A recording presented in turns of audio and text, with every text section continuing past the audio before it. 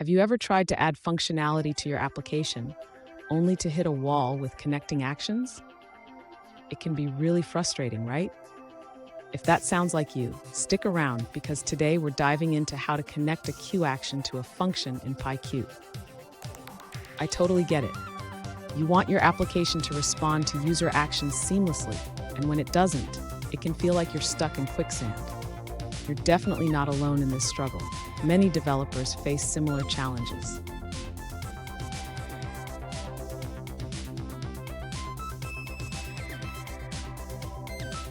Here's the specific situation we're addressing today.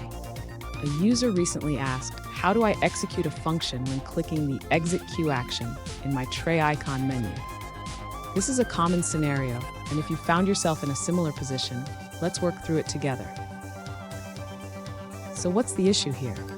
When you create a QAction in PyQt, you need to connect it to a function that will execute when the action is triggered. This is crucial for making your application interactive and user-friendly. And don't go anywhere. I have a handy tip at the end that will make your PyQt applications even more responsive and user-friendly. To connect the exit action to a function, the user should first define the function that they want to execute when the exit option is clicked. This function can handle any cleanup or exit procedures. Next, the user needs to connect the exit action to this function. This can be done by using the triggered signal of the QAction. The user should connect this signal to the exit function they just defined. Now, the user should ensure that the context menu is set up correctly. The QAction for exit must be added to the menu, which is already done in the provided code. Finally, the user should test the application. When they right-click the tray icon and select Exit, the exit function should execute, performing any necessary cleanup before closing the application.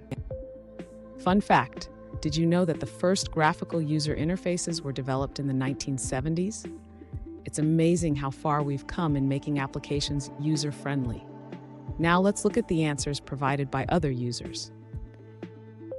An alternative approach provided by another user involves setting up the tray icon and actions within a main window class.